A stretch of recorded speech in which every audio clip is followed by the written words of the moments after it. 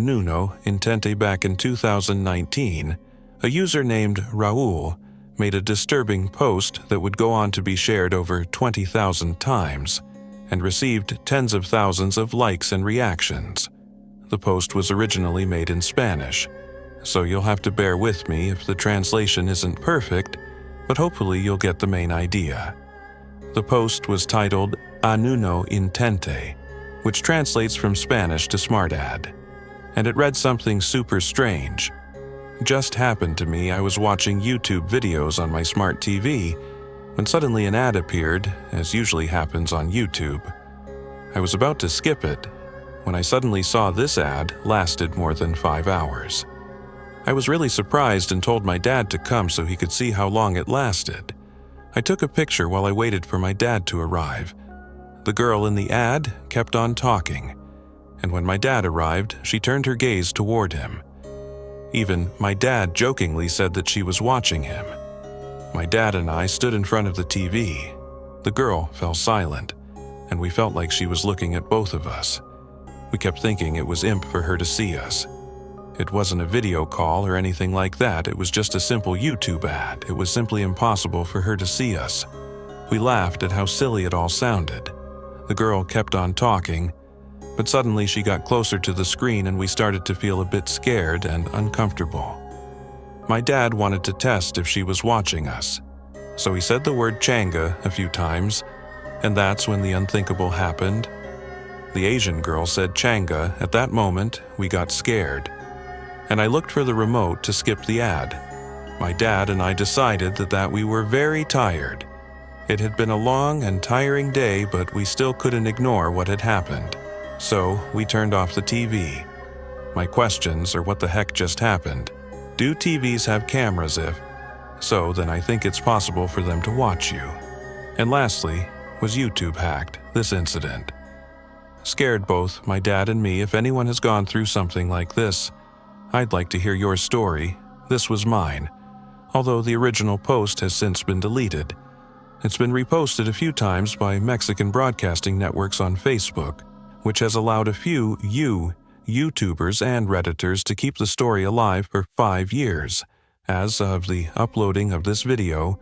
From the moment it was uploaded, the post received pretty much every kind of reaction you can imagine, from those who called R out for lying on the internet to get attention to those who claimed they had been through something similar, and everything in between. As for whether the post was real or not, 5 years after the original upload, it's still anyone's guess. I mean, it's not uncommon for people to play 2 to 3 hour long ads on YouTube. As for how effective these ads are at converting viewers into buyers, I can't really say, but the fact remains that it's technically possible R really did see a 5 hour long YouTube ad back in 2019. One thing that many Reddit users were quick to point out, however, is that YouTube ads need to be uploaded in a specific format to be accepted and rolled out by the platform. And it goes without saying that a 5 hour long live call where the creator of the ad spies on the viewer and interacts with them would violate pretty much every single law and regulation out there. Still, that in itself is probably not enough information to official label R's post as fake, as he was apparently not the only person who complained about this kind of thing happening to him that year. Through my research, I found several Redditors who pointed out that they had seen similar posts by other users on Reddit crop up sporadically in 2019, where people claimed they had been shown an unusually long ad that appeared to interact with them in real time. If the allegations are true, it's possible that what happened to Raul could have been a part of a massive hacking epidemic targeting smart TVs rather than YouTube itself, which the hacking of smart TVs isn't that uncommon. It's actually not that hard for a hacker to gain access to your smart TV's microphone and camera through certain malware, which is why, if you look deep enough online, you'll find literally hundreds of complaints by users who claimed they were spied on through their smart TVs. Disturbingly, some users have even mentioned that hackers have blackmailed them through their smart TV, threatening to expose private footage of them to the world, if they don't comply with their demands. But coming back to the smart ad story, this also doesn't necessarily mean that the post was real.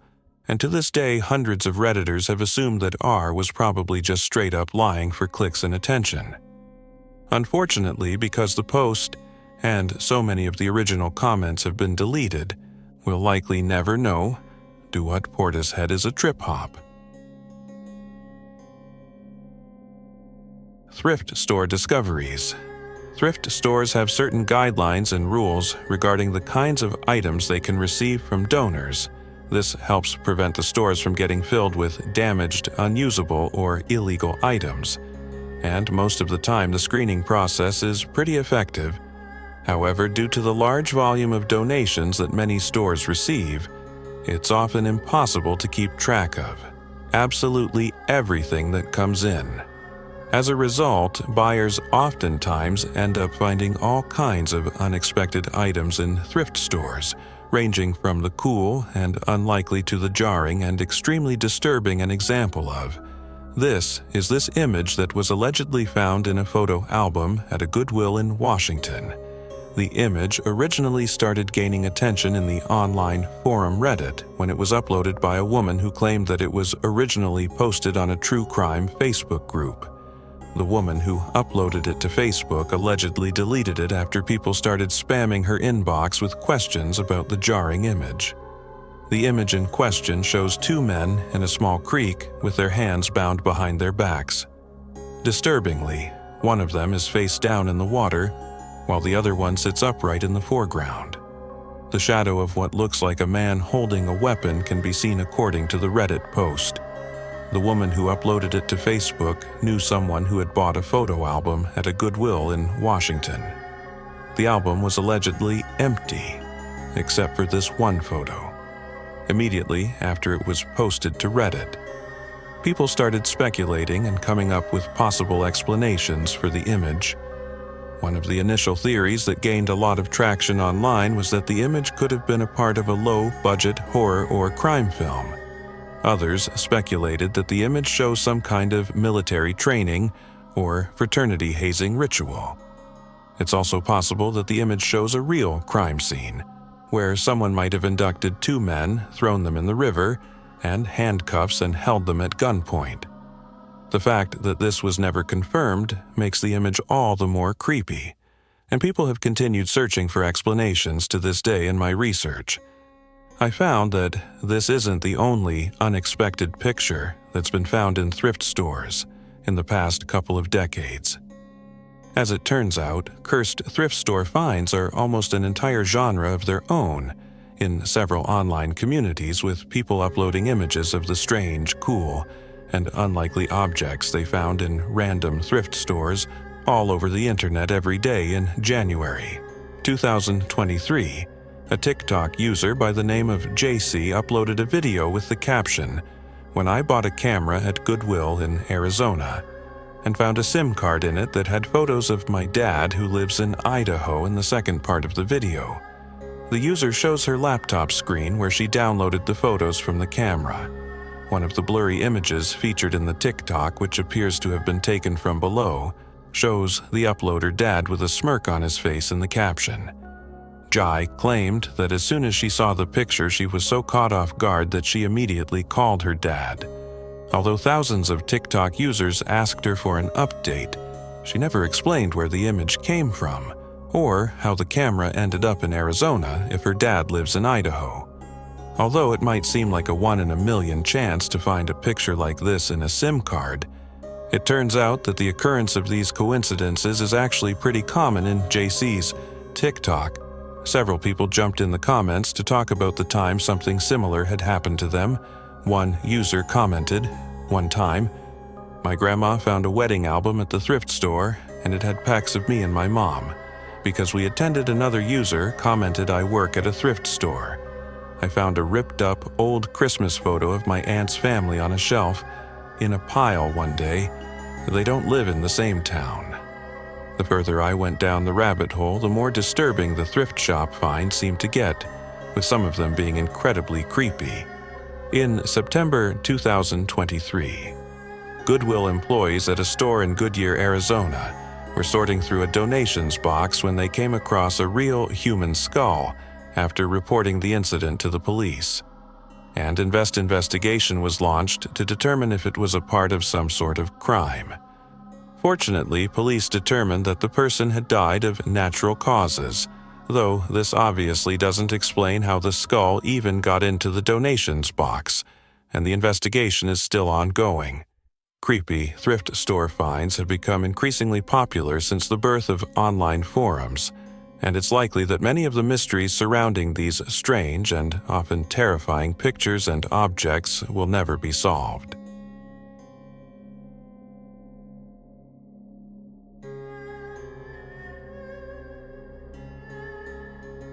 Soon, John Lang Fresno Police on March 20, 2015.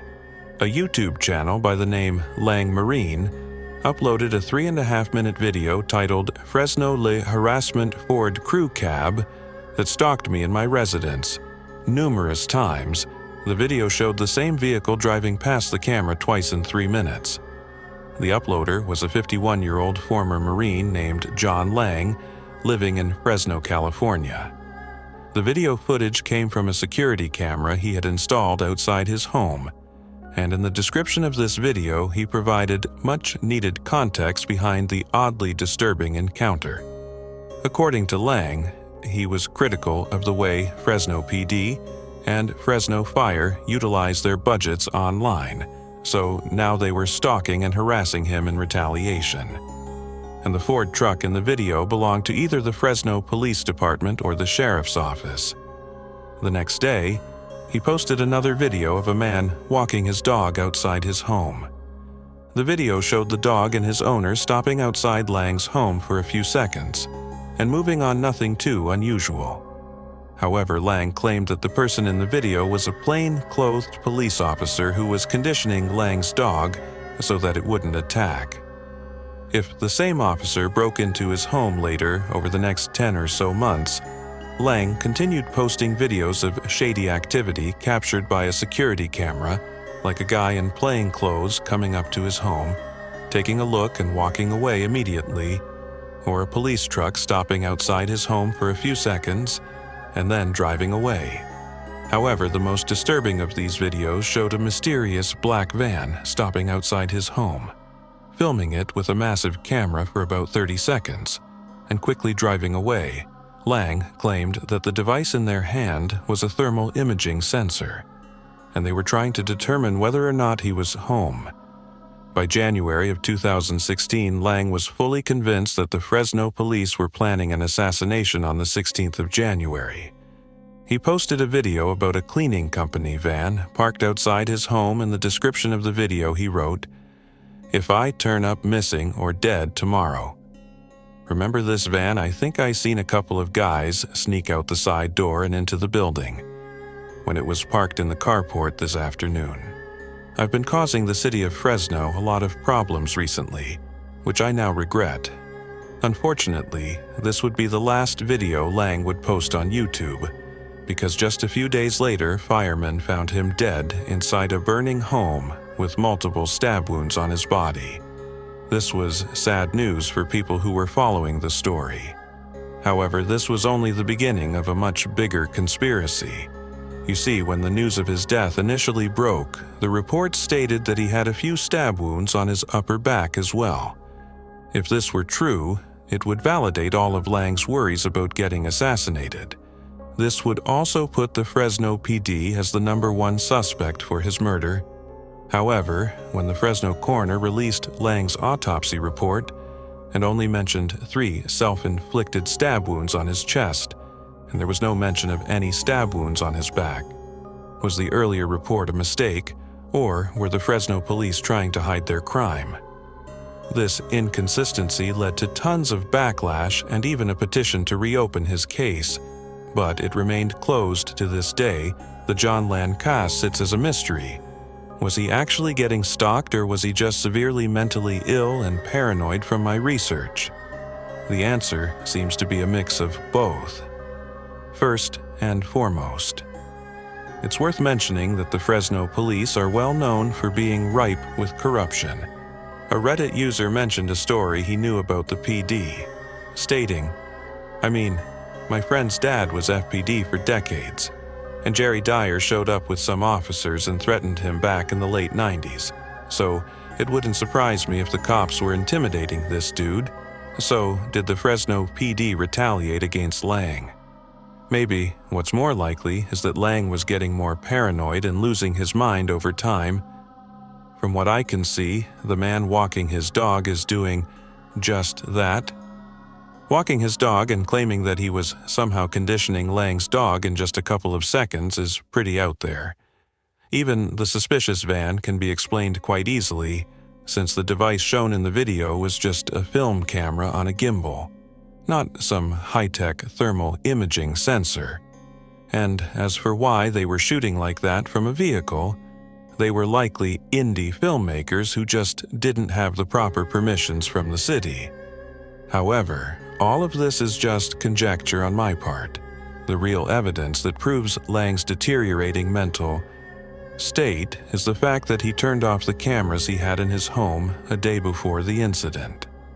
The last saved footage on these cameras was of him sitting with a kitchen knife in his hand. Not only that, but when the fire department arrived on the scene, all the entrances to his home were barricaded securely from the inside. If this was truly a murder, the killer wouldn't have been able to escape the crime scene without removing one of these barricades. Ultimately, if there was some big murder conspiracy behind Lang's death, I doubt we'll learn about it over 8 years later.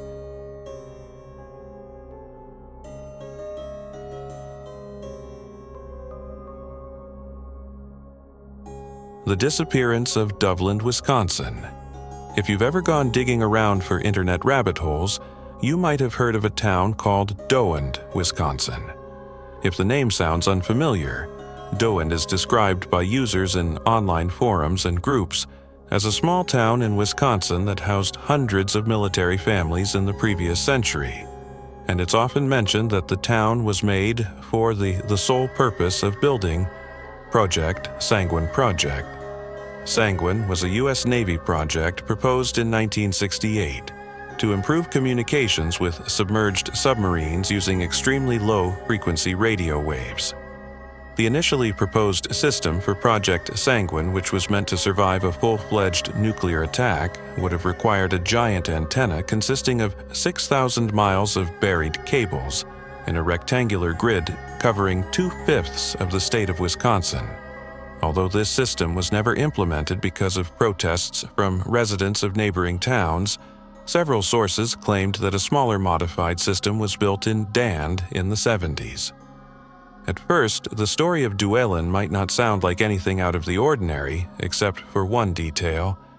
It's long been believed that at some point in the 1990s, the entire town of Duelin, Wisconsin, somehow disappeared off the face of the earth.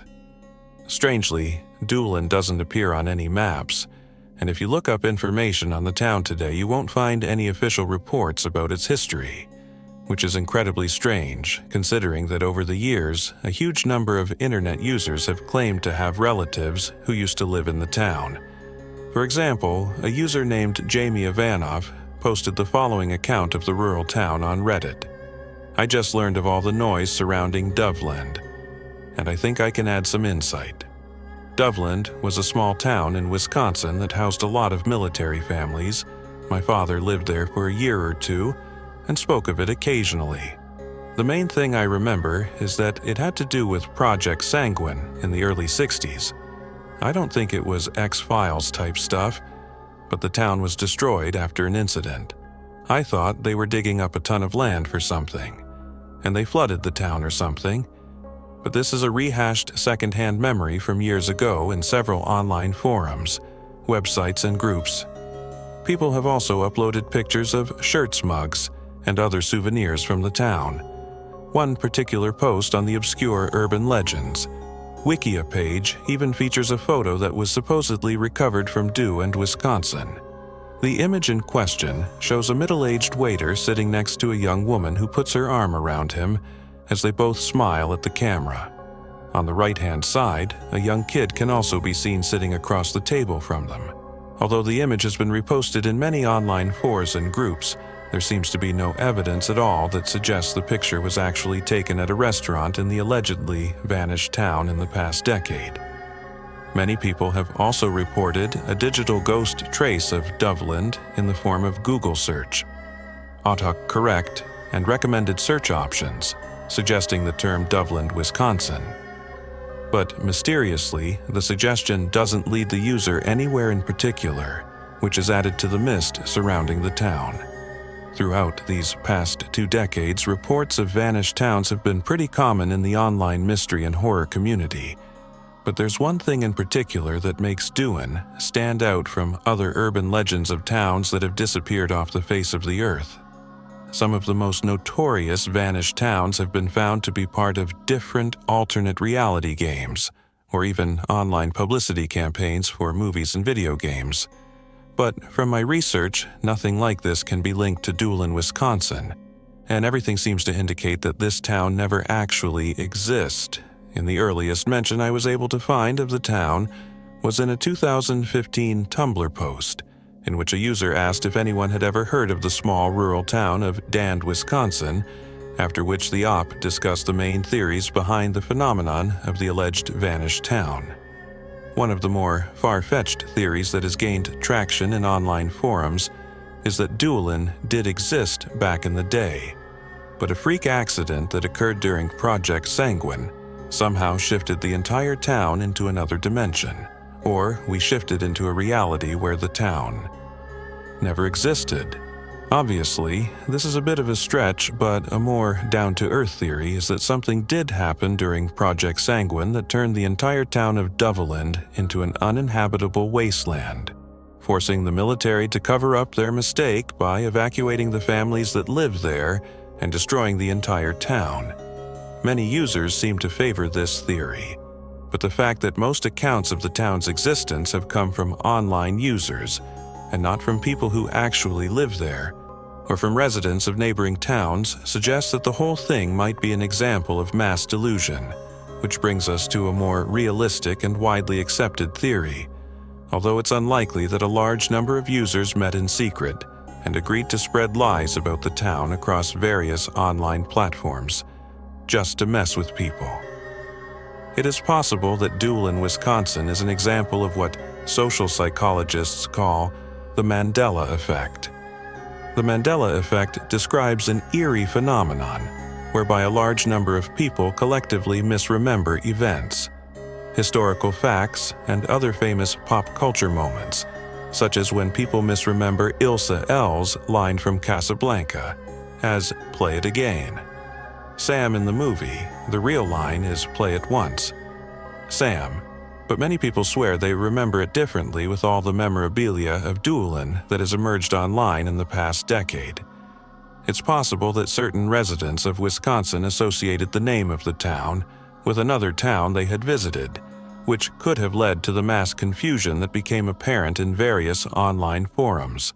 The Google recommended search and autocorrect bug that is still active today could simply be the result of thousands of people worldwide searching for the town, bumping up the importance of the town's name in the algorithm, which could also explain the emergence of souvenirs from Doveland, as often happens when new trends take over the internet.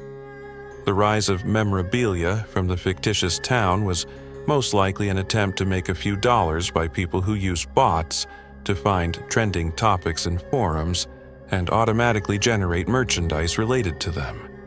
Although this seems to be the most likely theory, the Doolin, Wisconsin phenomenon is extremely odd and has no clear conclusion on whether or not it actually ever existed, which has contributed to its status as one of the most mysterious rabbit holes of the decade.